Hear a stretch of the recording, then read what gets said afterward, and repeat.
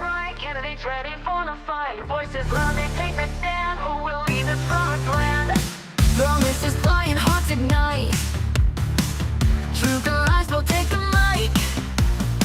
The clock is ticking, make your choice. Who you hear, the people's voice. It's in the ballot, it's in your hand. The future's calling, take a stand. One vote, one dream, one destiny. Who will wear the crown in 2025? We'll see.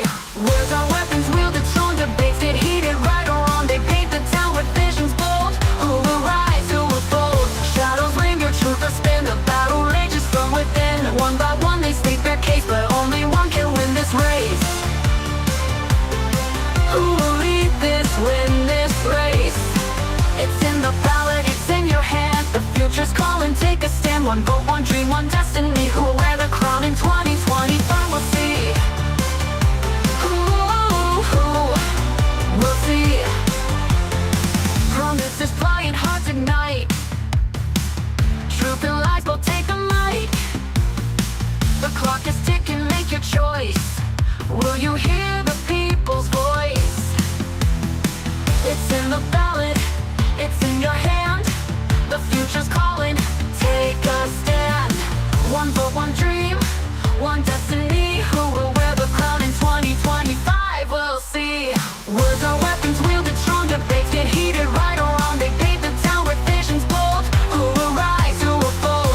Shadows linger, truth will spin. The battle rages from within. One by one they state their case, but only one can win this race. Who will lead this, win this race? It's in the ballot, it's in your hand. The future's Good calling, evening, everybody, and welcome to tonight's It's in the Ballot show for the Tauranga Constituency Part 2 for the Bay of Plenty Regional Council.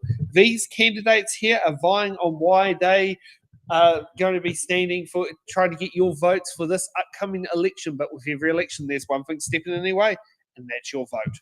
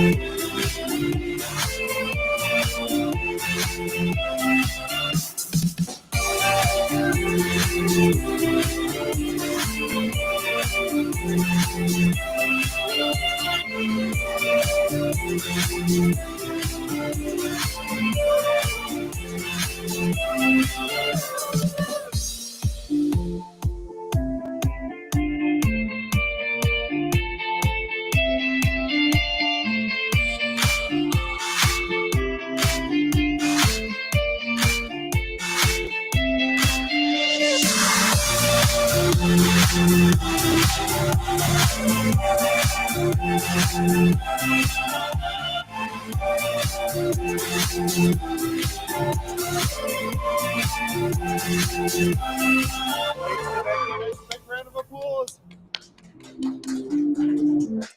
Okay, so let's kick off with our opening statements from our candidates, and we'll go first with Kate on why you should receive one of those ticks. Kia ora koutou. I'm Kate Graham. I've been living in Tauranga. I was born here and have raised my family here.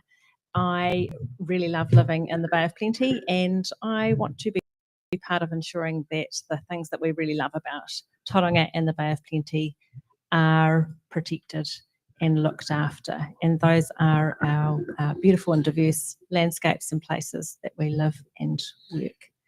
I have community and governance experience through my roles with conservation organisations. So I'm currently chair of Forest and Bird, and I'm also on the Save the Kiwi board. And I bring a collaborative voice to take part in some really important conversations that are going to happen about the future of local government. Thank you. Okay, next up, Andrew. Good evening. My name's Andrew von Dardelson, and I've been in Tauranga for 37 years. I'm a fifth-term regional councillor, and I've had 31 years in Rotary, I was just told the other day. We did a big planting in the K Valley today, funded by the Regional Council to a large extent, and with great turnout. I want you to think strongly before you vote in this election to make sure that whoever you vote for has a strong science-based approach to decision making. Too often we are led by small activist groups that that influence some of our councillors into making what I call irrational decisions. So a good, strong, science-based or data-driven decision-making is really important. We have to listen to our community. I've been very strong in the community for many years, but we've got to be absolutely certain that our governance is really sound. Thank you. Vote Andrew von Dadelson. Okay, and next up, Mark. Good evening. Thanks for hosting this event this evening. Good to be here, and thanks for the attendees. I'm Mark WASSUNG. I'm a registered architect, and I've had 30 years experience both in South Africa and New Zealand. The last 10 years here in Tauranga. And what I see are some really big issues ahead of us, like congestion in the city and emissions that need to be controlled. So I'm standing on a very firm platform of trying to change the system here. I'd like to see a multimodal transport network put across the city that's not just ghost buses, that we have smaller shuttles, opportunities to look at train and ferries, and perhaps even trams in the future. So I believe in planning for infrastructure. I believe in stage development, so you can put funding around time frames, and we need a longer 10 to 50-year vision for our beautiful region. Thank you. Okay, and next up, Ash. Good evening, ladies and gentlemen. I'm Ash Hillis, and I'm running for the Regional Council because I believe we have a very real opportunity to lay the right foundations for our region's future. I was raised in Tauranga, went to Aquinas College, and have lived in Matua for the last 7 years. And I feel a strong moral obligation to leave this place better than I found it. I'm firmly opposed to the managed sell down of the port shares because I think that this is a strategic asset that underpins so much of our local economy and so much of our region's future. And if elected, I'll fight to keep it in public hands for as long as it remains equitable. I also believe strongly in accountability and transparency. I think too often decisions are made behind closed doors without genuine community input. And if elected, I'll be a representative who listens, who front foots the difficult conversations, and who puts the best interests of the Bay of Plenty first. Vote for Ash Hillis. Okay, so we're getting off to the next fun part of the show. These are where the box questions are. So each candidate will get to pick out a box number between 1 or 28 on what questions they will be answering. Each candidate is given 2 button cards, metaphorically speaking, and 1 defer card, metaphorically speaking. If a candidate here's another candidate if a candidate wants to answer another candidate's question, they can use their button card and add their answer to the question at the end of the original candidate's answer. And if the question is something they don't want to ask, they can always defer it to one of their fellow candidates. And using our random, list generator, Andrew, you get to pick the first spots. Was it between 1 and 28 or Tahi and Ruatako Mawaru? And you can use both English or Te Reo on the box numbers. No. They could be in the cards could be in any box. So I'll take number 46. Let's take number 12. Number 12. Okay, let's bring up number 12. Okay, we got AA for AA batteries. What is the biggest challenge facing Bay of Plenty Regional Council? Is this for me? Yes. Okay. So actually the biggest problem, and people probably don't realise it, is I'm just having a mental on the judicial. Oh, sorry. Let me just have a check because I've got to get the name right. That's all right.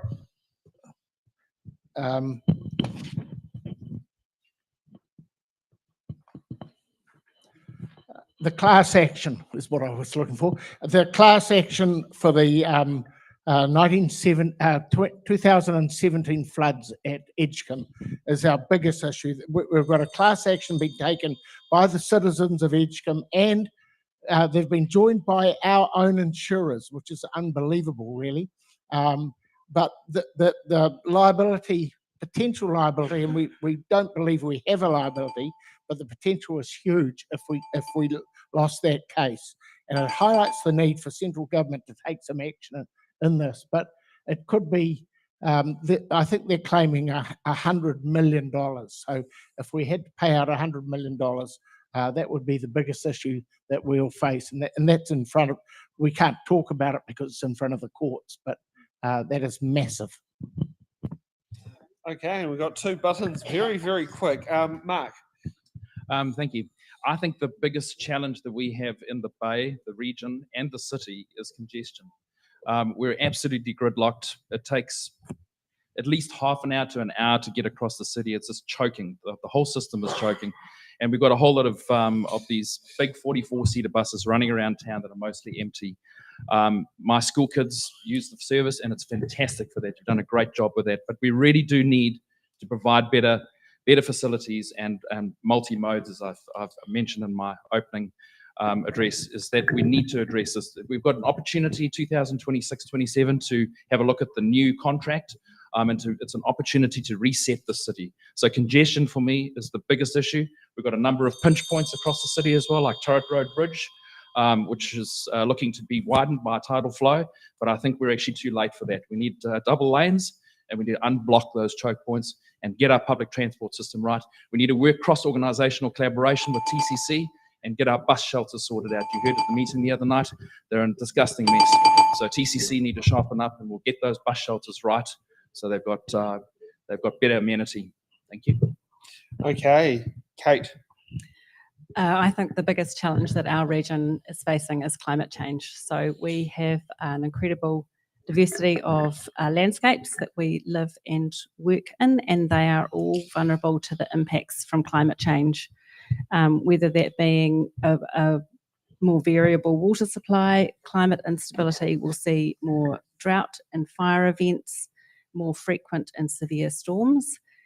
So the pressures that we're already seeing in our communities, those experiences will only increase. And that includes the inundation and erosion along the coast, our lakes experiencing declining water quality and algal blooms.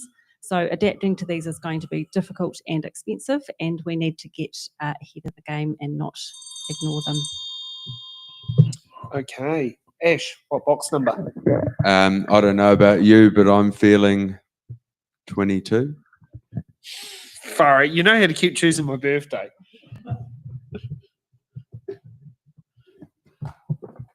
Okay, we've got L for Lima.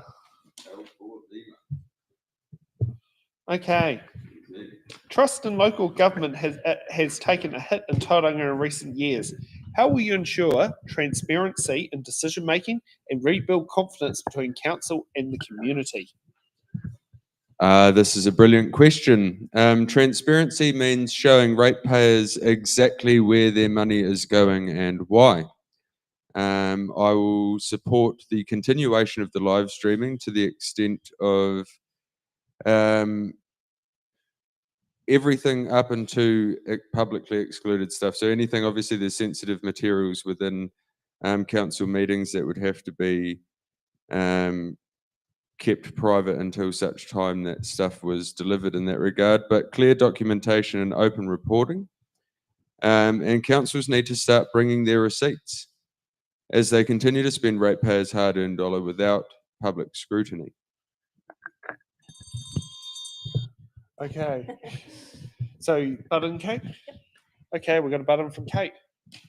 And I would just second that. I think the online streaming of council meetings and it is fantastic. I think the ability for the public to come and speak to the council is fantastic, and both the staff and councillors, having done that recently, are very welcoming and facilitating of that, which is brilliant. There's also a great newsletter that anyone can subscribe to, that is an electronic one that comes on your email, called Regional Council Kōrero. And I think the opportunity is to make more clearer links between what the council's responsibilities are, so around managing activities, what they spend money on, and then the outcomes that they achieve that directly affect people. So, regulating for farm practices, council expenditure on, and then council expenditure on riparian restoration and planting, and then the impact that we all benefit from in reducing E. coli levels in our waterways, so we can continue to swim in them. Yeah, yep. Another button. God, that's very quick. The 2 buttons used up by 2 candidates. But the second question. I think that a lot of people don't understand what Bay of Plenty Regional Council does. There's a lot in the media with TCC, and so I think we can do a better job. It's a sort of quieter ship, but one of the ideas I've been thinking about for 10 years plus, and I'm a regular presenter at the public forum. It's not a really good place for people to come easily. I mean, you've had a good experience, and so have I. But people are a little bit nervous about that sort of situation, I think. So I think we should have a digital model, a live digital model of the city. Both TCC and Regional Council have got LiDAR models. I work in the space because I'm an architect and I work with 3D modeling. So we could have a live 3D model that actually shows all of the Regional Council projects, whether they're coastal or river, or revetments, to stop erosion. So we communicate better with the public. And then the public can also have their say by putting in comments and even putting up drawings, because a lot of good ideas come from local communities. So I'd also advocate having local community board meetings again, like at schools and that sort of thing, so you can actually get connected with your community. Okay. Mark, what box number? 10. 10. Okay.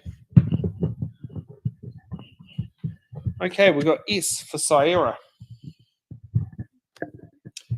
What steps would you take to improve emergency preparedness for earthquakes, floods, and other natural disasters? I think it's really important that we actually role play this, okay? Because when we have these emergencies, you don't know how things are going to unfold. So I think just like my kids do at school, with going through a series of sort of preemptive workshops and being prepared, I think we should do the same thing.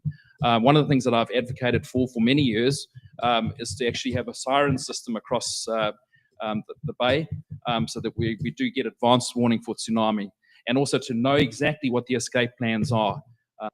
It should be clearly, as I said, identified on a 3D model, so everyone can see, they know where they're going, and they know what they're going to do, and they've tried it as well. We should have open days where we actually do a workshop and go through the process of this so that we're ready for it. Okay. Kate, what box number? Tacoma Rima. And that's the old driver's license age, for those who are wondering.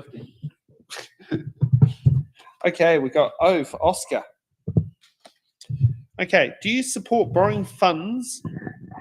Do you support borrowing to fund major infrastructure, or should we focus on a pay-as-you-go model?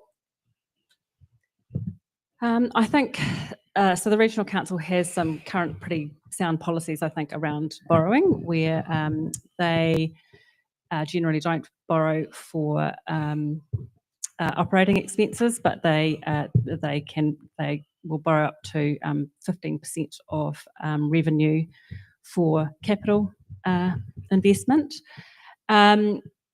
There are other opportunities, I think, that we should really be trying to take in addition to borrowing and relying on ratepayers, and that is that co-investment, particularly looking at opportunities with central government to invest more in our local infrastructure, and just to note that we are very lucky too that we have Quayside and the Quayside investments, and we should make sure that we continue to manage that prudently so we get good returns on that we can use for investment for ratepayers now and into the future. Okay. Okay, so we've gone through 4 questions. Let's get to another round. And Mark, what's the next box number? 60. The current driver's license age. So it's a good place to fill on. We got N for November. What actions would you take to protect Tauranga Moana's local estuaries and biodiversity from pollution, stormwater runoff, and coastal erosion? Oh, this is one of my favourite ones. I wasn't able to say it earlier, but I'm a strong believer and supporter of preemptive erosion control. I actually live on an estuary, so I've seen it firsthand with how there's silt build-up from the land, and there's also erosion from the water and the wind. I also work with clients that have had their sites eroded by 6-8 meters from wind and water action. So I'm a strong believer in preemptive work, and I think we should be working with iwi and hapu to actually work together as a collaborative approach and look at alternative funding for this as well. It could be done staged. I said earlier that I believe in planning and going through staging for infrastructure, so you don't have to pay for it all at once, but we should protect our peninsulas from erosion. And our estuaries, I'm a strong proponent of aquaculture in this region. With our new marine research facility, we're going to be world-class facility here.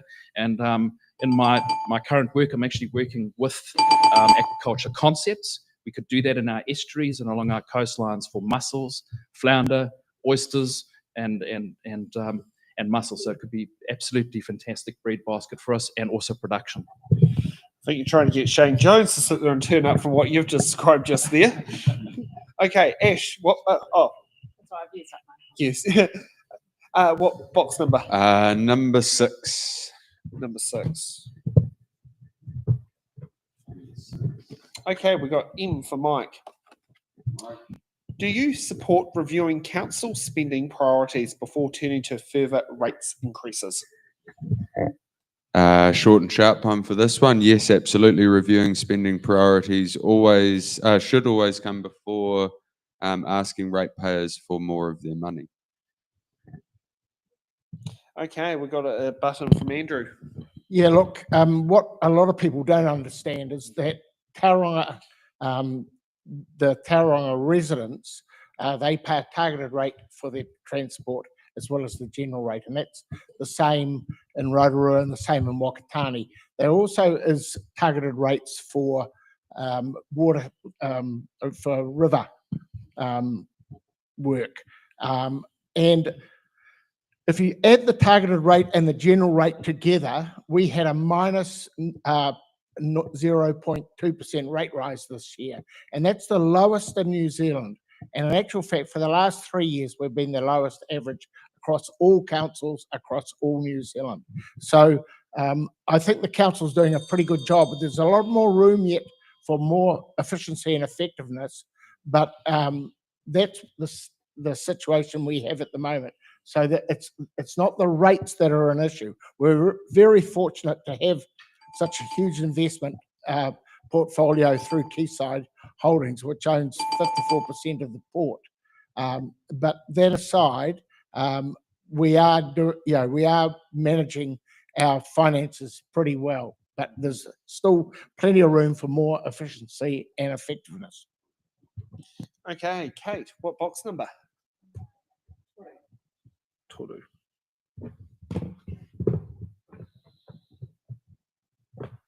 Okay, we got P for Papa. What is your position on water reform, and how will you ensure Tauranga's residents have reliable, affordable and safe drinking water? I think the Regional Council has a particular responsibility around water, and that is the consenting side and the land management side. And that has to be done proactively. It is a difficult time, I think, for the council to do that, because the changes that have been the review that's going to be occurring under the changes to the freshwater system have been put on hold. So a lot of work that the council has done around that has actually had to be left in abeyance, which is a shame. That's a lot of work and effort gone to waste. But I know that the council has expressed the intention to use that for whatever comes forth, and I'm sure that will help inform the future of water management for the regional council. Okay, Andrew, what box number? 4. Okay. Okay. We got Y for yellow. What are your views on the government's agenda with regards to RMA reform? Are you confident that this council will be able to meet these? Absolutely, but we have to be willing and able to do it. That's the key issue. There's been a paradigm shift with the change of government, and staff and councillors, many of them have not recognised the shift that there is, and we actually have to work with central government if we want to make progress. I chair public transport, and there's a very good example where the government is not funding a lot of what we had planned in our 10-year plan, and so we've had to revisit how we operate our buses. It's not that we're cutting services, we've had to find ways of being more efficient and effectiveness, and that's a good thing. But so that's an example where staff has worked proactively to actually find a way around the limitation in government spending, and that's efficiency and effectiveness. The other thing we need to do, of course, is to manage our I'm losing myself. Managing our finances, so through benchmarking and comparing ourselves to others. And if we can't measure, then we won't be able to manage. So benchmarking is really important to help us in that, and we haven't done. Okay, we've gone through 8 questions now. Ash, what's the next box number? Ooh, no one's done 13 yet, is that? No, they 13. haven't. Is it lucky? Is it unlucky? Well, it depends which culture you belong to. I don't think it was a number on the lotto last night either. Okay, we got D for Delta. How will you strengthen partnership with local iwi to ensure genuine co-governance and uphold te tiriti or waitangi obligations? Ooh, that's a good one. I'll respect all groups and work with all groups to build partnerships that are genuine. But my focus is ensuring decisions are transparent, fair, and deliver real outcomes for the entire community. As a thriving community for all leads to a far more cohesive society. Got a button? Yeah, I'll have another go at this one. What number was it? It is D for Delta. D. So Waitangi, but I do not support Te Tiriti o Waitangi. And my big issue there is the sovereignty issue. It's my belief that the Queen would never have given away sovereignty, and this has become a divisive issue, and we actually have to work collaboratively together. This region has got, I think we've got 260 hapu in the region, 35 different iwi, and we're working really closely together. But there is a real danger with radicalisation in Māoridom that we're going to actually have a divisive, unhealthy state across all of New Zealand, and it's something that we really do actually have to address. Okay, Kate, what box number?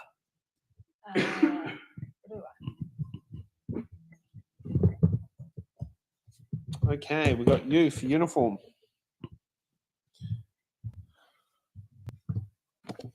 Okay, how will you balance economic growth with the needs to reduce environmental impact from agriculture, forestry, and other industries?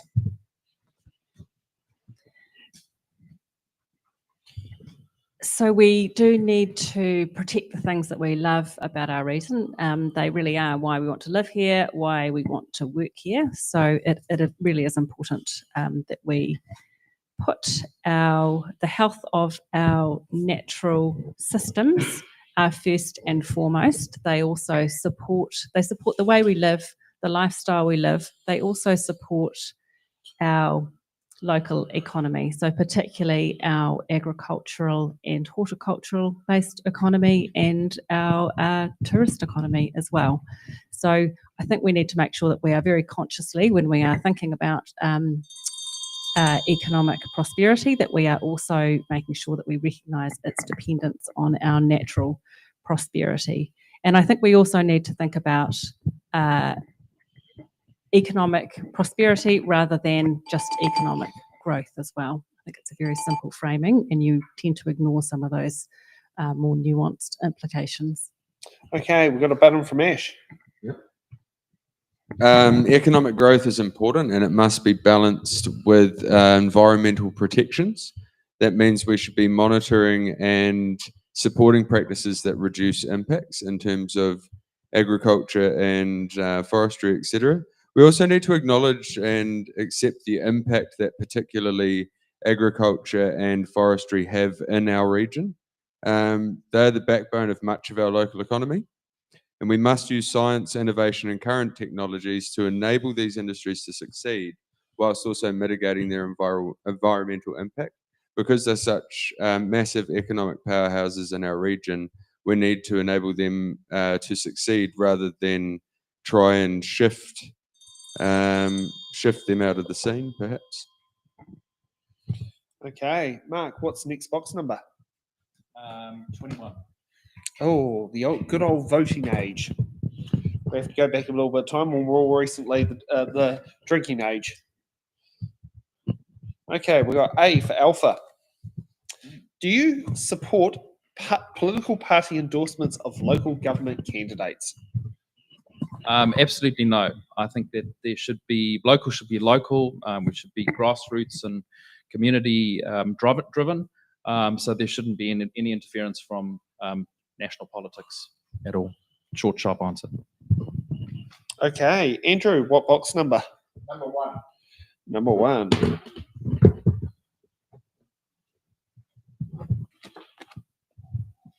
Okay, we got V for violin. With the demand for new housing increasing, how will you balance urban growth with protecting green space, waterways, and Tauranga's unique character? It is really important that we actually do look after our green space, and we can do it. And the best way we can do it is to, rather than go into this urban sprawl, which is very expensive for getting the infrastructure further out of town, we should actually go with a plan which was to intensify the Te Papa Peninsula. Now, it got put on hold with the last government because there was the Housing Corp did some work and said that we have liquefaction in the Te Papa Peninsula and we shouldn't be building up. But that's absolute nonsense. We've been building. We're not talking about going high rise, but along those main corridors like Cameron Road, which we should be building up at least 3 stories along there, so that we can actually, that will give us real value with in public transport, for instance, and take away the need for cars. But intensification should go there first, and then as the city grows, we can expand out into the likes of Tauranga. But the emphasis should be on utilising what we have already got. The accessible properties bought from the last time National was in government, 1,120 state houses, and they were only able to convert 2 and turn 2 into 6, I think it was, 2-story. So you had 6 dwellings rather than 2. We need more of that. They've got the properties. They just were guaranteed last time public financing rates so that they could do it. And that, if we did that, alone got those houses that they bought and got that completed, that would put another 5,500 homes in the central city, and that is much better value than going out into the urban into the rural subdivision area. Oh, I'm sure we can come to a decision. I'd like to put forward a motion. Can we get someone from the audience to second it? Yeah, Heidi, second it. The motion is to give each candidate an additional button card. All those in favour say aye. All those opposed, the ayes have it. So Mark's got another button. So Andrew, I agree with a lot of what you just said there, and I think that what we should be looking at is connected centres. If you go and have a look at the Urban Form and Transport Initiative, and you look at a lot of international examples, we certainly do need to look at medium density. You can actually go up 6 stories on that transport corridor on Cameron Road, and you can get a bonus level as well. So absolutely, I think we should be looking at these corridors where there's amenity and there's transport to intensify, and we should not be doing greenfield sites. I know there's 12,000 homes that are planned on the periphery of Tauranga. I don't believe in suburban sprawl. We should be concentrating on our infrastructure, our 3 waters, and improving our transport before we go and push all of our 3 waters pipes out to the perimeter and then try and get our buses out there. It's just crazy. So I'm a firm believer in connected centres and getting our transport done better. Oh, gee, that's quick. I'd just like to endorse both of the points that Andrew and Mark have made. And I think the other point is also that there is the opportunity to actually enhance the natural environment.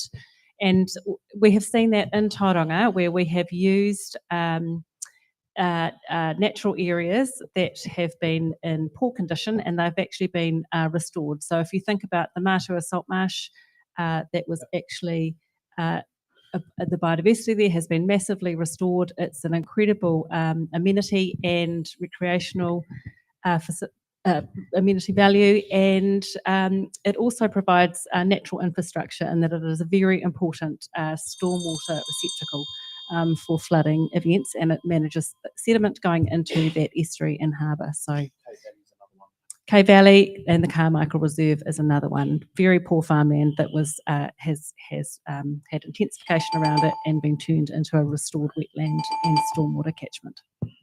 Okay, so we've got 12 questions down and we've got a new order. Kate, what box number? 5. No, we haven't had 5, so we can take 5. Okay, we've got H for hotel. Tauranga is one of New Zealand's fastest growing cities. How will you ensure infrastructure, especially transport, water and wastewater, keep up with the growth without driving unsustainable rate increases? So firstly, I'd reframe that and I would say that infrastructure needs to plan for growth rather than keep up with growth. And that it also needs to support climate resilience and low carbon transition.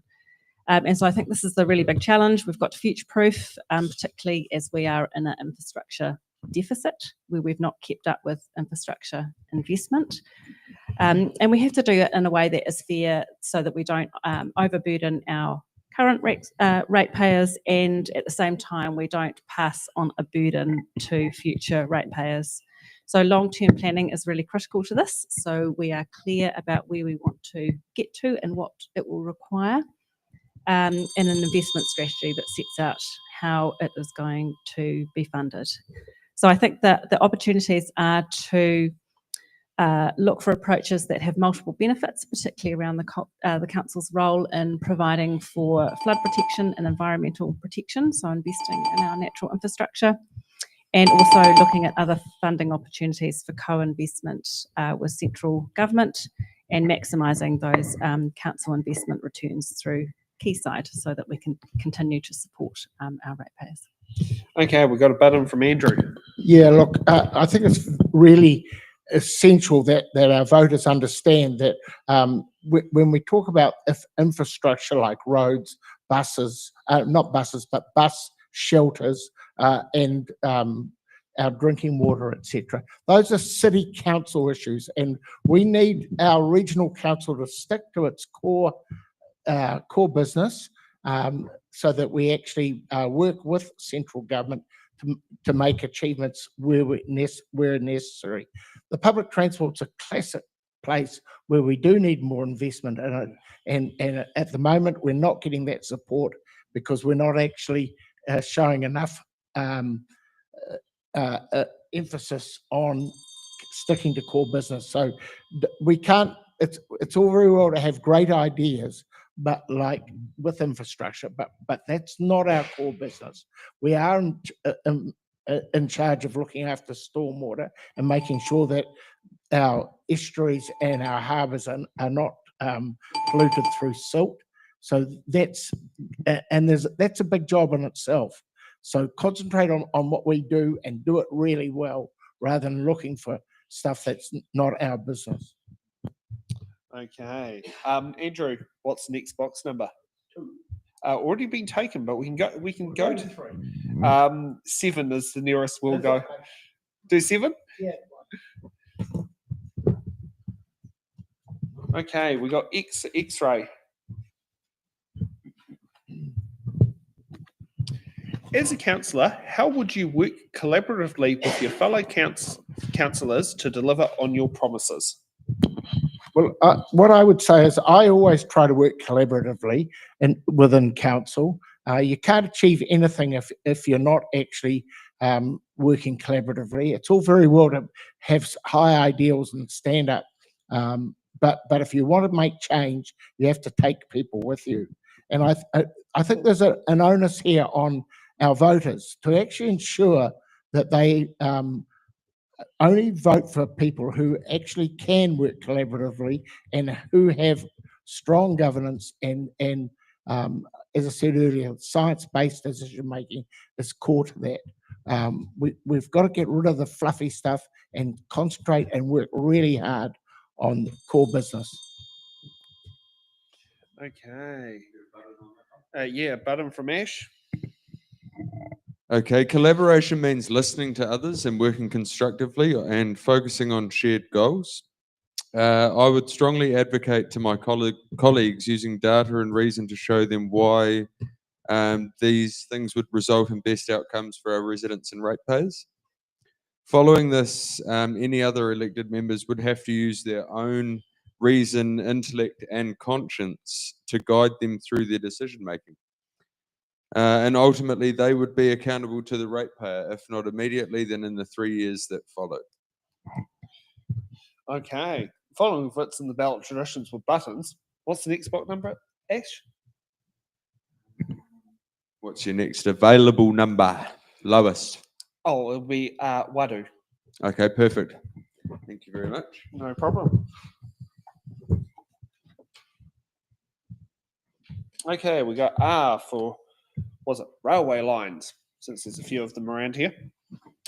What role should regional council play in addressing issues such as retail crime, community safety, and access to community facilities? So the regional council should play a supporting role in community safety by funding partnerships and ensuring that public facilities and spaces are well designed, accessible and safe, for example, through good lighting. Strong, cohesive communities with access to opportunities are less likely to experience retail crime and antisocial behaviour. When the local economy is thriving, we see time and time again, people are more often engaged in productive paid work, countering the drivers of these antisocial issues in retail crime. Okay, so we've done 16 questions. Let's get a new list order. Mark, what box number? 28. Yes, we can do 28. Yes. Okay, we've got B for Bravo. How would you stand up for your community's interests if it differs from your own position? I would be happy to do that.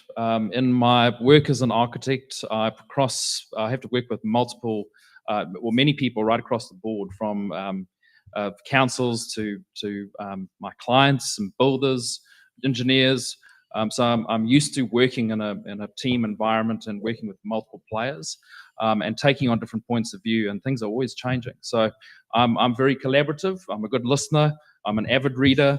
And I like to communicate. I'm a good communicator. So I would absolutely take on their point of view and try and put that forward. So I would be a voice. Okay. Ash, what box number? Ooh, have you got 26? Yes, we do. Thank you, 26 for me. I don't know. Oh, how I dream of being 26 again. I know that feeling. Unfortunately, 8 years since that was the case for me. Okay, we got G for golf. How would you ensure greater transparency in decision making and rebuild public trust in processes? Oh, Sam, I was really hoping you would ask me this question, funnily enough. I would push for open voting records, accessible reporting, and plain language communication from council, so that ratepayers can see clearly how decisions are made and why. I would also continue to advocate for the live streaming of access to information that should be readily available, obviously with considerations to commercially sensitive information. And information that should be available to the public, not through OIA requests and privacy requests, is constantly hidden behind the iron curtain of OIA and privacy requests. So I'd like to see a streamlining of that, so that residents and ratepayers can have better access to information that pertains to the spending of their own money. Okay. Kate, what box number? Unfortunately, yes, we can do 23. Yeah, no, someone knew my birthday number. Okay, we got T for Tauranga. How would you balance long-term asset renewal, e.g. transport, flood protection, with keeping rates manageable?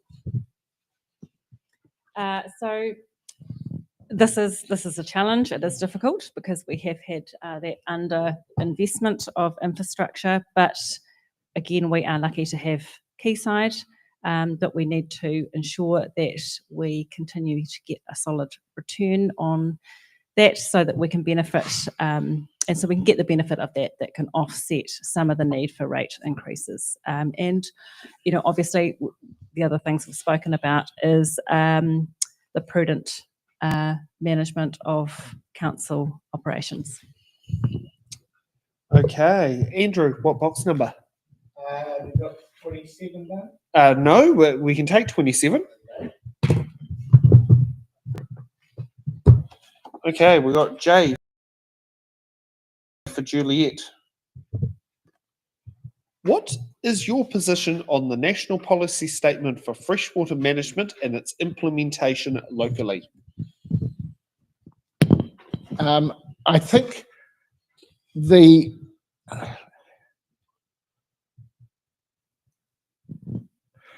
is not just a farmer issue. This is urban New Zealand has to take responsibility for freshwater management just as much as farmers and the rural sector does. We've got the change has come about, and the RMA is about to be changed further, and we can't be bashing our rural community who are they're actually having a good year this year, but they've gone through 4 or 5 really hard years, and it seems that the previous government was really trying to put them out of business. And we've got to turn our council from a can't do attitude to a can do attitude. And that's a culture change that we've got to get. And freshwater management is right at the top of this. We've heard about E. coli being a big issue, but actually, if you look at the European experience, how we measure E. coli in New Zealand is quite different to how it's measured in Europe. and it is not the big issue that it is made out to be. It's driven by natural forces, and the other one with freshwater is slope. For instance, our council came up with a proposition that when we change the freshwater management, we're going to require that there's no farming on a slope of greater than 25 degrees. Now they're rethinking that, thank goodness, because that is just plain. I was a farmer for 17 years, and to not be able to graze land above 25 degrees slope is just impractical, and would bankrupt such a lot of farmers. And we need our rural base. That is where our economy is driven from. And if we don't have a strong economy, we can't look after our environment, and we've got to do both. They go hand in hand. Okay. Do I need to put another motion to extend the buttons? Yeah, but both you got one each. Do you want to borrow Ash's button? You can borrow mine if you like. Well, I just wanted to respond to that. We need to do better for both our land and our water.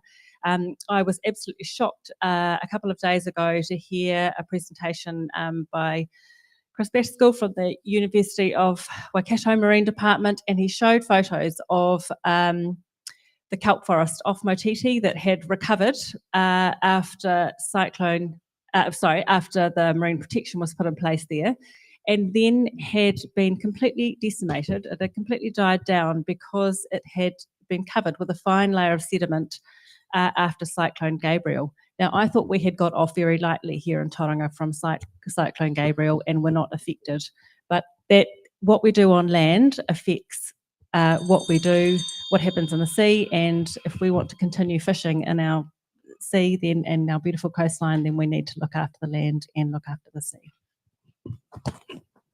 Okay. Mark, what box number? Is 25 taken? No, it is not taken. It's a good age when you got car insurance. Your insurance excess drops drastically. Okay, we got Z for Zulu. Oh yes, the good old the good old phonetic alphabet. Hey, your New Zealand passport won't be saying that. Nobody asked you, Mark. Okay, with growing concerns about affordability and rising rates, some local groups advocate for budget discipline and affordability, e.g. capping rates and increases to 3% annually. How would you weigh community affordability against infrastructure needs in regional decision making? Okay. Well, this one's actually quite personal for me. My parents have actually had to go to Rolleston down in Christchurch because they can't afford the rates in Tauranga. But that is TCC. Regional council has been a lot more prudent, I think, and responsible. But I think we should be working very hard, all of us, to keep those rates down to aligned with inflation or nearby it, and that should be a priority. We should not be as irresponsible as TCC. I'm sorry to say, I've been watching it. Everyone else is, if you've taken any interest, there's huge expenditure, up to potentially $4 billion in the city. So my poor kids are going to have to pay for that drunken sailor spending. So I'm a huge advocate of prudent fiscal approach to things, and we need to really be on this, all of us across this Bay Plenty Regional Council. I know Quayside plays a very important role in sort of stabilising this and containing it, but if there's talk about selling the shares, then that's going to be gone. So we need to protect that too. Okay, Ash, what box number? What have you got left available, Sam? 11, 14, 17, 18, 9, 20. I'll go for 9. 9, please. 9. Number 9. 9. You've lost your bingo caller this year. Oh, yes, but I mean, remember, how many It's in the Ballot shows have I done so far? Yes, fair enough. Yeah, so I've still got to drive to Whakatane after tonight to get to bed. There you go. Okay, so we got W for Whakatane. W for Whakatane. Yeah, or we can call it Wellington, but I think Whakatane is more appropriate as the regional council's governance capital. What experience or skills do you bring to ensure sound financial governance and decision making? I'm going to divert this question. No, I'm just joking. I bring practical real world experience, reliability and determination. And I bring common sense decision making to financial governance. I'm prepared to commit to the role full time with no impediments to my ability to serve my community and be available and accessible. The biggest and arguably most important qualities that I would bring to the role are transparency, honesty, and accountability. It's a little bit sort of a tangent, a little bit of a sidetrack, but I've still got 24 seconds, so I might as well. I'd like to see a return of the town hall model where elected members are able, when applicable, to stand before their residents and ratepayers and be accountable for the decisions that they're making, and have those things scrutinised and answer in real time as to why decisions are being made in particular ways. Yeah. And if you want to hire me out, I'm at $100 per hour. And you can have your town hall live streamed. There you go. Okay. Andrew, what box number? I think you had 17 of that. Yes, we do have the age of joining the military. So, yes, we can do that. Or a Stephen song. Age of 17. Ooh, finding out all sorts of fun things. Okay. We got E for the East Coast Main Trunk Line, which runs right through the middle of Tauranga and carries, it's the second busiest freight line in New Zealand for railway. How would you reduce rates without cutting vital services? Well, we have really low rates right now. I've told you about that already. But if we're going to keep our rates down, we actually have to increase efficiency and effectiveness. And again, public transport is where has been the heavy lifter in the last year on this, only because central government would not fund what the futuristic program we had. But I think we were probably pretty ambitious before. If we look at public transport overall, we went from 44 million a couple of years ago, and we were heading to 60 million this year and 100 million at the end of the 10-year plan. That's not fundable because our partner central government aren't going to do that, so we've cut back. So we've actually going to, in this current year, spend instead of 60 million, it's back to about 53 million. And so there's some big savings that we can do, and we'll pass those on to the ratepayer. Because of the work that Tauranga City's doing with the Cameron Road Stage 2 and the Turret Road redo, the widening of that, we're going to have some big congestion going forward. So we have to be cognizant that public transport patronage numbers, which I've seen grow from 300,000 a year to 3.4 million a year across the region. So they've grown very well, but I think we could be in a bit of a strife in the next year or two whenever these major roading projects in Tauranga happen. So at least we will, because there's a targeted rate, we've built a nest egg that we have to spend it on transport or give it back to the ratepayer. So in this case, I think we're in pretty good stead that we won't be needing any rate increases next year. And thank goodness I'm not Jerry Brownlee, because he would have told you your time has expired. Okay, Ash, what box number? Oh, one more time on what's available and remaining.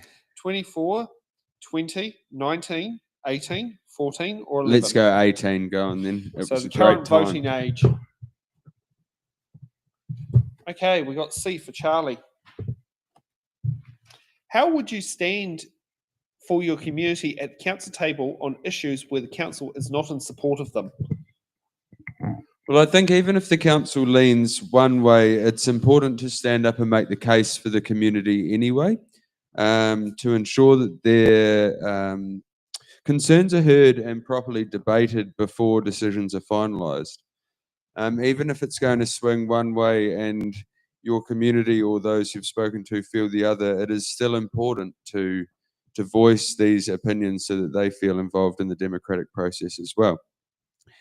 It's also about engaging with fellow elected members to express and advocate for your community's concerns. I think it's the role of an elected member to bring the community along with you for decisions, and also to advocate to your colleagues for the best interest of your community as well, if you think that what they're advocating for is not in the best interest or the best outcomes for your community. Okay, Mark, what box number? I think it was 24 there. Yes, 24 is still there. The age that you no longer need parental income on your student allowance. Okay. I'm not sure how you're going to take this one. We got AB for the All Blacks. Don't say it, Mark. Just remember what your Kiwi passport says.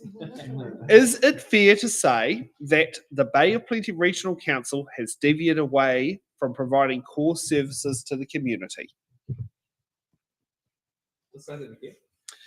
Is it fair to say that the Bay of Plenty Regional Council has deviated away from providing core services to the community? No, absolutely not. I think they do a fantastic job. So in land, water, air, and transport can be done better. That's my big push. But I think they provide a great service to the region. And as I alluded to earlier, there's no scandals. It seems to just run like a smooth shop. So I'm hoping to get in there, though, and really get the transport system rejigged and reset. Okay, and Kate, what box number? 11, I think. Yes, 11's available. Okay, we got I for India. Okay, how can the council contribute to civil defence and emergency management in our area?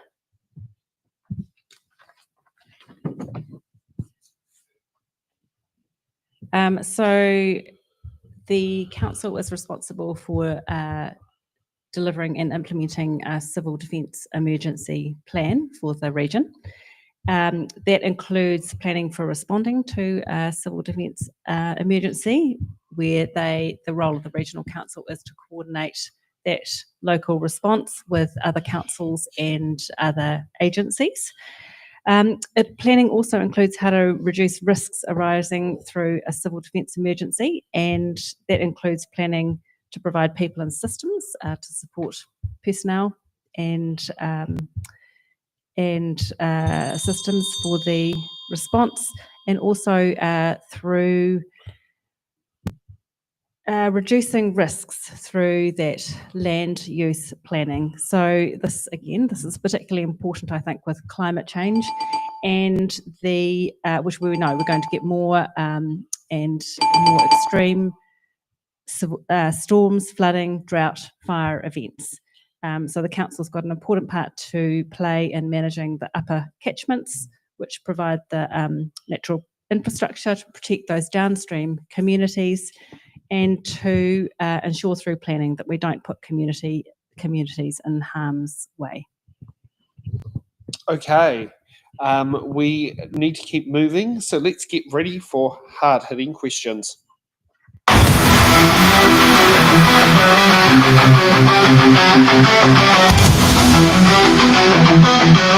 Hard-hitting questions. We're not gonna make a button. What does a question? Because every candidate has an answer. The hard-hitting questions. So hard-hitting questions are the questions where every candidate gets to answer the question. No buttons, no defers, because if you get a button, you're already butting on something you're already answering. If you're going to be deferring it, well, that who are you going to defer it to someone who's already answering it. So let's get on to hard-hitting question number one. What are your views on the new emergency management bill before government? And I will just get my random list order sheet back up. And Mark, you get to go first. I don't know a lot about this one, by the way. So, but I would say that the emergency management bill, I haven't read it and I haven't studied it yet. But I would say that we'd have to be across it. I would get stuck into it and read as much as I can, and then respond to it. So there's my honest answer. Apologies. All good. Okay. Next up, Andrew. Yeah, the purpose and scope of the bill, we've got to ensure that there's a clear distinguishing between national and regional responsibilities. The risk is that centralisation may reduce local authority flexibility. The other key ones, we've got to ensure that there's no risk of confusion between, I've done that one, sorry, go to funding and resources. We need to clarify the cost sharing between local and central government. The bill, it doesn't seem to lay it out at all clearly, and we've got to ensure that councils aren't left with unfunded mandates. This is a big problem with local government. Government, it changes the rules and gives us more responsibilities, but it doesn't come with added funding, and ratepayers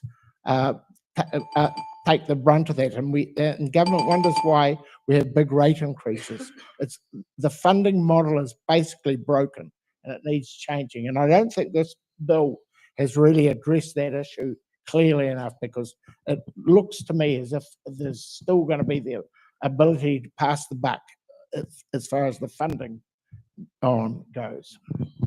Okay. Ash. Yeah, I agree with a lot of the sentiment that my esteemed colleague to the left there, Andrew, has said. I support strengthening emergency management, of course, and putting more control back in the community's hands. But the issue is, where does the funding come from? And having had a bit of a glaze over the bill, it doesn't seem to provide for the funding. So once again, it's a plan without a budget. And what was said the other day at another meeting, a plan without a budget is nothing but a dream.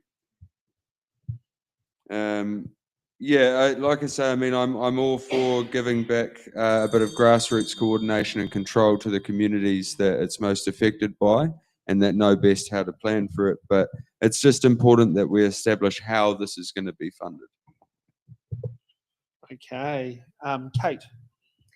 Yeah, well, I support the objectives of the bill, which were to really clarify the roles of the national, local, and regional agencies and levels, and the aim to see better collaboration.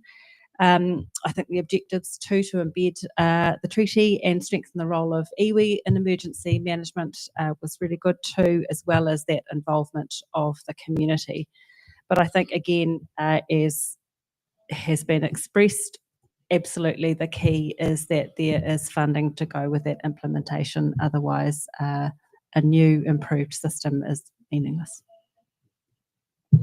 Okay, let's get on to hard-hitting question number 2. Are you comfortable with the way the regional councils manages its debt position? Andrew. My short answer is very much so. We use we take expert advice on debt management, and also our financial management. We use Bancorp as a plug for them. They've been exceptionally good at managing our investment portfolio of fixed interest. It's really important that we have strong financial management, because if we're going to, we've built up a $3.5 billion wealth fund that is a legacy for all of the ratepayers of the whole of the Bay of Plenty, and that's how we keep our rates low, because we receive back about 80 million, 57 million, sorry, in dividends, and we're spending most of that, 80% of it, on helping the ratepayers. As well as that, we're building up about 20% of the fund is in a growth strategy, for future generations. So that's good. And we've actually strengthened up that side of it as well by with the selection of really astute independent directors on our CCO, Quayside Holdings Limited. So I think the regional council can take a really big tick on that financial management. Okay, next up, Ash. Yeah, I'd agree with a lot of the sentiments once again of Andrew, that the Bay of Plenty Council has actually shown real discipline in this area, and its rates increases have been amongst the lowest in the country, cumulatively even over the last 3 years. From the Taxpayers Union, they say that it's been one of the lowest in the country.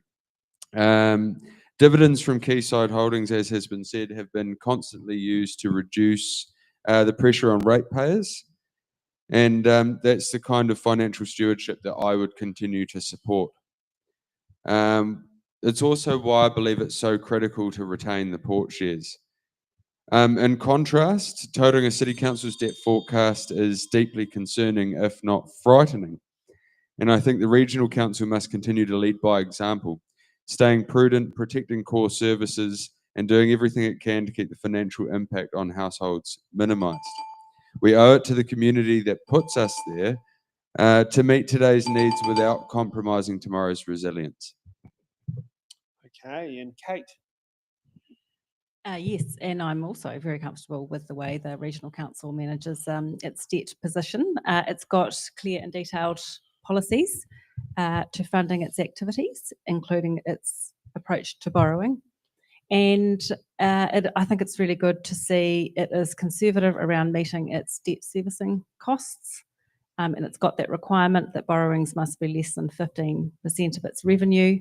That limit's set in the long-term plan, and in the 2025-26 annual plan, it's at 8%. Okay, so let's get on to hard-hitting question number 3. My turn. Oh, sorry. Oh, okay, I missed it. Sorry, that's, yep, okay. Mark. Okay.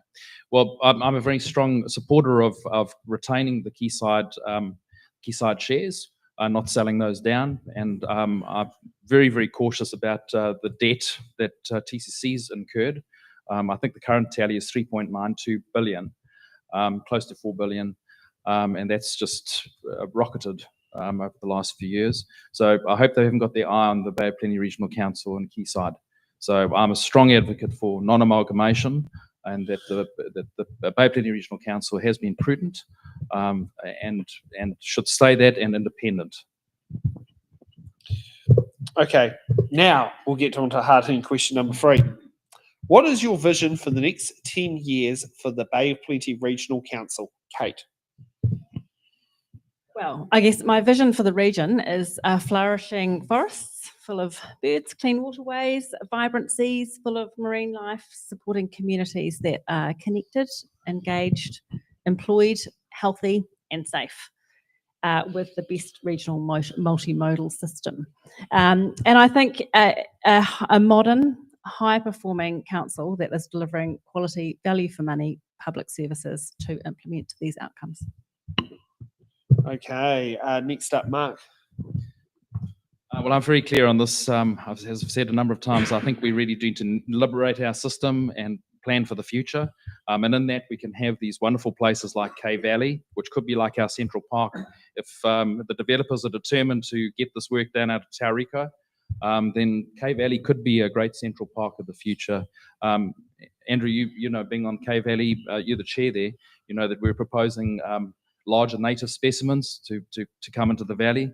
I've been part of the Rotary planting as well at times, but I think we could really turn that into a massive Central Park and then connect all the way up into our hinterland through green spaces all the way up to Manawaroa, and then come all the way back down to the water as well, and link that with safe and separate cycleways and walkways, and then have those connected centres with a multimodal transport network and aquaculture in our estuaries, and also use Rangiuru as an offset from our port so we can get methyl bromide, a fumigation away from our port and clean up our air, so it's not going over Blake Park and the marae, and then get modal shift going as well from road to rail, so we can take 1,000 trucks off the road per week by doing modal shift. Okay, Andrew. Yeah, I'll be a little bit controversial here. While just got to continue on with improving our environment and improving our standard of living for all New Zealanders, the Bay of Plenty is just a magical place to live, and we can't lose that. But where I want to be controversial is I think that there is room to actually look at form and function of our regional councils. I know central government has said they're going to do that, but how it's going to be done is important. And I'm one that believes we shouldn't be precious about our regional council. We can actually protect our investments in Quayside and the port, with even if we go to a unitary model. And I would recommend that we actually look at 3 unitaries within the Bay of Plenty, one Tauranga and Western Bay, and then you've got the regional council, because they're working really well together now in public transport and transport in general, but they weren't 2 years. 2 years into the commissioner's been there, it was an absolute mess. And I talked to Anne Tolley, who was the chair of the commissioners, and we set up a joint transport subcommittee, and that what we were after was having a tight little small committee of 2 councillors and 2 commissioners only, and getting our staff to work together rather than in silos. And that has been really successful with Tauranga City. Unfortunately, that group is now expanded, and people are wanting to put a 3rd person on each, and it just it's a problem. But it proves that we can work together. And I think if we had a unitary for the Western Bay, and I would advocate for Rotorua that they link in with Taupo and Karau, and that would be a geothermal area. So there's some real good synergies there. And then in the east, which is the problem child for us, if they linked up with Gisborne, which is a unitary already, I think it could work. Now, I've heard on the campaign trail, some of our people say, oh, Auckland's been a bloody disaster, and we shouldn't even look at it. But we're not Auckland. We're nothing like the size of Auckland. The region is 360,000 people versus 1.7 million. So we don't have to have these big, grand unitary of the whole of the whole region. We can break it down, and it could be very successful in my view if it's done right. It's got to be done right. Okay, and Ash. Hard to follow that monolithic moment. Ladies and gentlemen, do not be disillusioned for a moment that unifying or unitary councils will be a wave of the magic wand and will reduce the cost or inflated bureaucracy that we currently see amongst councils. And do not conflate too for a moment the success of cross-collaboration between councils with strong support for a unitary model.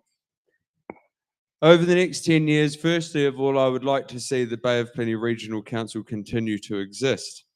I would like to see the council known for strong, affordable infrastructure, a protected natural environment, and a culture of transparency and trust.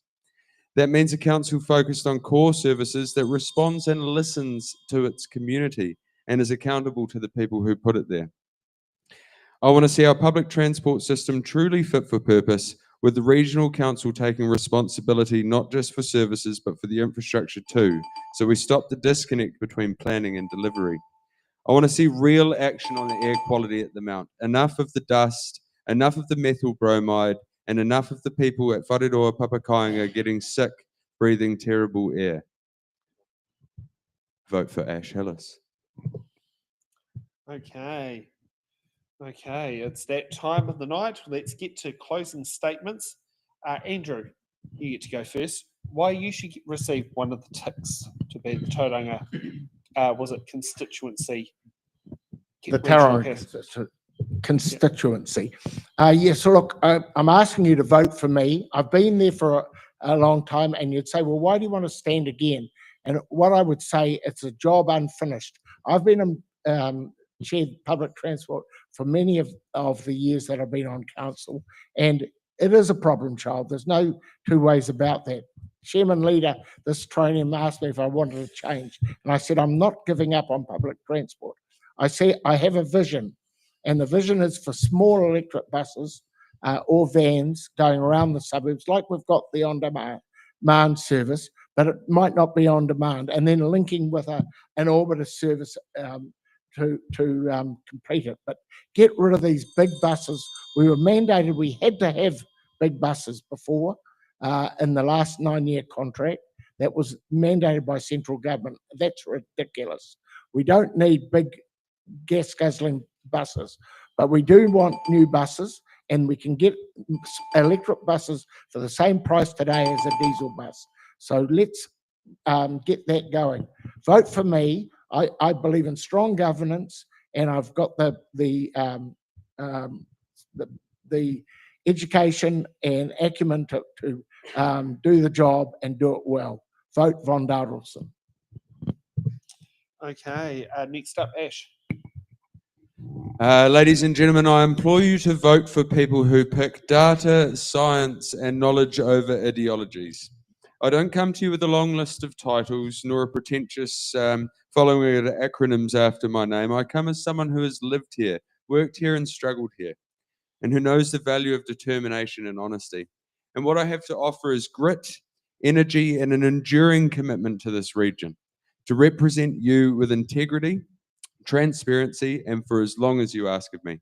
So I ask for your support today, ladies and gentlemen, not just for me, but for a vision of the Bay that is stronger, healthier, more livable, and that we are truly proud to pass on to the next generation. Vote for me, vote 1 Ash Hillis. Okay, Kate. Kia ora. I offer a fresh perspective and collaborative voice in some really challenging conversations that need to occur within local government and with central government. I think there are real opportunities to make positive changes for our community and for our region. And I would look forward to the opportunity to represent the community on the Regional Council, which has a really important role to play. So vote Kate Graham. Okay, Mark. I want to just share a quick story. My last couple of governance roles have been on Mangatapu School Board and also the Tauranga Art Gallery and the Hamilton River Plan 3 there. And I think strong governance, good ideas and innovation, and working as a team can really get things done. So for instance, the Hamilton River Plan, we worked in a group of 12 plus the community, and we turned Hamilton towards the river so the developers and all the business owners could then engage with the river. And now the theatre is being built there as well. So this work that I did 12 years ago, just recently I've managed to achieve 14 projects through Mangatapu School Board, from solar panels to a new crossing to a bike track. I've put my name forward because there's no shortage of ideas and innovation. I'm a regular presenter of drawings and ideas at the public forum. I want to get stuck in as a good, strong governance position and get things done in the city, because we really need to have action. So vote for me, Mark WASSUNG, architect. Okay, thank you for that, and thank you to our candidates for coming to tonight. It's not easy to chuck yourself in front of a video camera and do it on there, but thank you so much for doing it. Can I thank our audience for braving us tonight, for making it all work, both online and in studio. It's it's not easy going through it, but I appreciate all the pleasure that it comes with being part of the action. Just before we go, a little bit of housekeeping. It's in the Ballot is an independent non-profit organisation focusing on bringing candidates and voters quality information on what the candidates stand for those who love to participate on It's in the Ballot. It's in the Ballot is funded by small dollar donations, which is supported by our members and our followers who sit there and do it. If you would like to, you're welcome to go to It's in the Ballot and get a Koha ticket that on Eventbrite. If you'd like to do that, you can also go to our Give a Little page and make a donation. And if you go to it'sintheballot.nz, you can also, and click on donate, you can get our bank account number and put in a direct credit cash deposit into our bank account. And if you're watching live on YouTube, or on YouTube watching live, you can do a super chat. And if you're watching afterwards, you can do a super thanks to help fund these It's in the Ballot shows as these shows travel around the country. I'd like to ask our candidates to give our audience to give our candidates a big round of applause. Yeah. Also, I'd like to thank Heidi for jumping on the cameras to help me out today and making it all work. And like to thank all the many members of our crew who makes everything all work tonight. It's not just me. There are many people who take in a lot of different roles to make these shows work. We'll be tomorrow having a couple of remote shows for Waipa District Council, and then on Tuesday we're going to go to this lovely place called Murupara. Yeah. Thank you, Sam, and thank you to It's in the Ballot. Yes. Yeah. Yeah. All good. Okay. Have a good evening.